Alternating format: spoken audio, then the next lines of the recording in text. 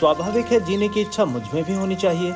मैं इसे छिपाना नहीं चाहता हूँ, लेकिन मैं एक शर्त पर जिंदा रह सकता हूँ कि कैद होकर या पाबंद होकर ना रहूँ। मेरा नाम हिंदुस्तानी क्रांति का प्रतीक बन चुका है। क्रांतिकारी दलों के आदर्शों ने मुझे बहुत ऊंचा उठा दिया है, इतना ऊंचा कि जीवित रहने की स्थिति में मैं इससे ऊंचा नहीं हो सकता था। मेरे हंसते हंसते फांसी पर चढ़ने की सूरत में देश की माताएं अपने बच्चों के भगत सिंह बनने की उम्मीद करेंगी। इससे आजादी के लिए कुर्बानी देने वालों की तादाद इतनी बढ़ जाएगी कि क्रांति को रोकना नामुमकिन हो जाएगा। आजकल मुझे अपने आप पर बहुत गर्व है। अब तो बस अंतिम परीक्षा का इंतजार है। कामना है कि ये और नजदीक हो जाए।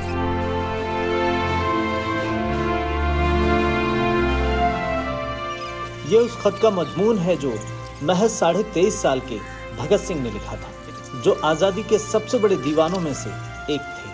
अब जरा सोचिए, ये खत महज 23.5 साल के उस लड़के ने लिखा है जिसकी फांसी का वक्त नजदीक आ रहा है।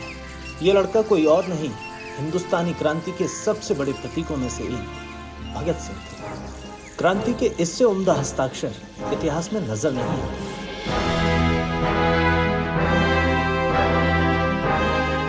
उन्हें ये फिक्र है हरदम, नई तर्जे ज़फ़ा क्या है। हमें ये शौक है देखें सितम की इंतहा क्या है। दहर से क्यों खफा रहे, चरख का क्या गिला करें। सारा जहां अदू सही, आओ मुकाबला करें। उनके मर्म में क्रांति थी, उनके कर्म में क्रांति थी, उनके इंतजार में क्रांति थी, उनके शब्द में क्रांति थी, उनके मौन में क्रांति थी।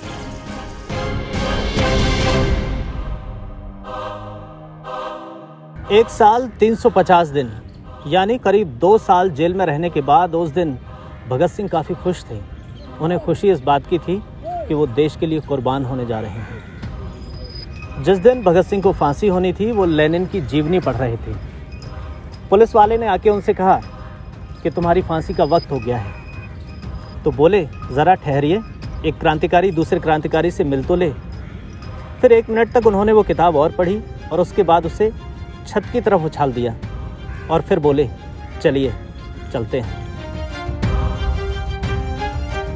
उस दिन लाहौर जेल में बंद हर एक कैदी की आंखें नम थीं, क्योंकि आज़ादी का वो दीवाना अपने दोनों साथियों राजगुरु और सुखदेव के साथ फांसी के फंदे की तरफ तेजी से दौड़ता चला जा रहा था। जिस दिन उन्हें फांसी दी गई वो मुस्कुरा रहे थे। फांसी देने वाले जेल के अधिकारियों और कर्मचारियों के हाथ कांप रहे थे। जब तीनों क्रांतिकारियों को फांसी देने के लिए उनकी कोठरियों से बाहर निकाला गया तो भगत सिंह, राजगुरु और सुखदेव ने हाथ जोड़े और अपना प्यारा आज़ादी गीत गाने लगे।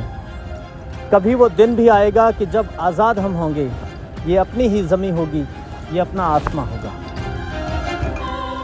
कहते हैं कि जब भगत सिंह फांसी के फंदे पर चढ़ने जा रहे थे तो गले में फंदा डालने से पहले उन्होंने कमिश्नर की ओर देखा और कहा कि मिस्टर मजिस्ट्रेट, आप बेहद भाग्यशाली हैं जो आपको ये देखने का मौका मिल रहा है कि भारत के क्रांतिकारी कैसे अपने उसूलों और आदर्शों के लिए हंसते हंसते फांसी पर चढ़ जाते हैं।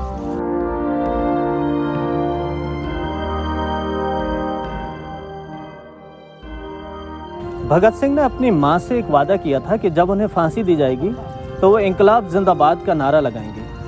जब फांसी दी जाने लगी तो भगत सिंह को बीच में खड़ा किया गया था। भगत सिंह एक हाथ उठा के जोर से बोले, इंकलाब जिंदाबाद। यह नारा इतनी तेज लगाया था उन्होंने कि जेल के आसपास जो घर बने हुए थे वहां तक भगत सिंह की आवाज सुनाई दी और लोग समझ गए कि भगत सिंह और राजगुरु सुखदेव की फांसी का वक्त हो गया है, उन्हें फांसी दी जा रही है।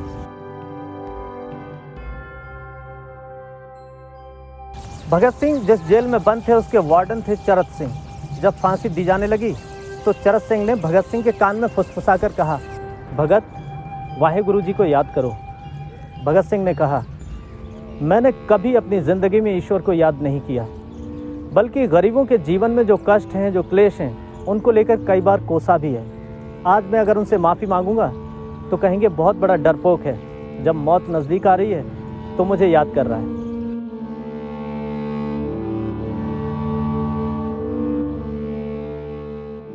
जैसे ही जेल की घड़ी में 6 बजे तो जेल में मौजूद कैदियों को कुछ पदचापें सुनाई दी। भारी बूटों की आवाज़ें थीं और दबे स्वर में एक गाने की आवाज़ आ रही थी।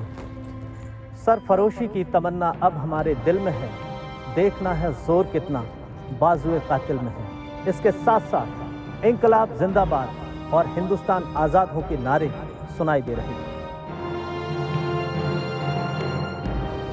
भगत सिंह, राजगुरु और सुखदेव तीनों की फांसी की तारीख 24 मार्च तय की गई थी, लेकिन एक दिन पहले ही उन्हें फांसी देना तय कर दिया गया, बिना किसी की जानकारी के। उन्हें फांसी दी गई। इतना ही नहीं, उनके शवों को जेल की दीवार तोड़ के पीछे के रास्ते से ले जाया गया, ताकि किसी को भनक ना लगे कि इन तीनों क्रांतिकारियों के शव जेल से बाहर लाए गए हैं। बताया तो ये भी जाता है कि भगत सिंह, राजगुरु और सुखदेव तीनों की डेड बॉडीज़ को छोटे छोटे टुकड़ों में काटा गया।